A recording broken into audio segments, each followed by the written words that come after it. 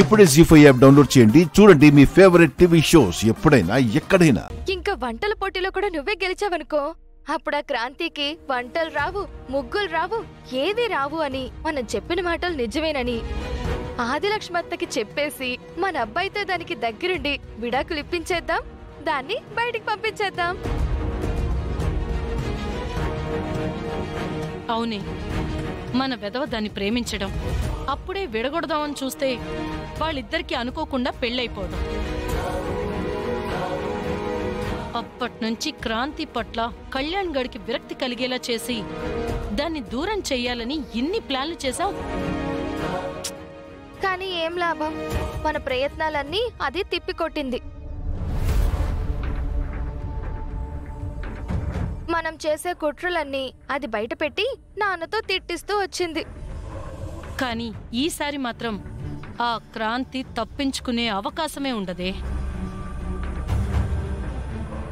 దానికి వంటలు చేయటం ఎటూ రాదు, కాబట్టి మనమే విన్.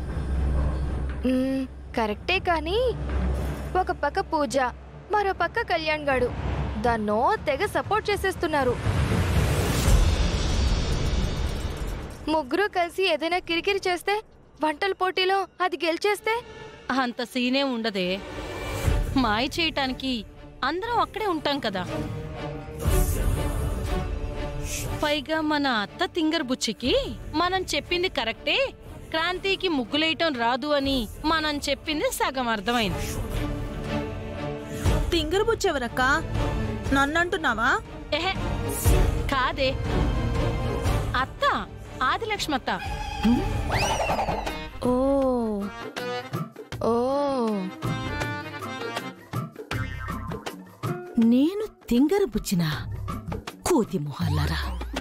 ఎందుకన్నా మంచిది, ఆ క్రాంతి వంటల పోటీల్లో గెలవకుండా ఉండడానికి నా దగ్గర ఒక ఐడియా ఉందక్క. ఏంటది?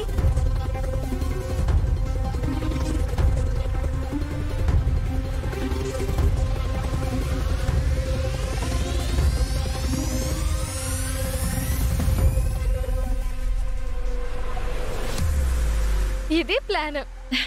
సూపరే. ఈ దెబ్బతో అది రెండో ప్లాన్లోనే అవుట్ అయిపోతుంది. అబ్బా, ఇక మూడో పోటీ అన్న టాపిక్కే ఉండదు. దెబ్బతో దానికి విడాకుల ఖాయం. పదండి.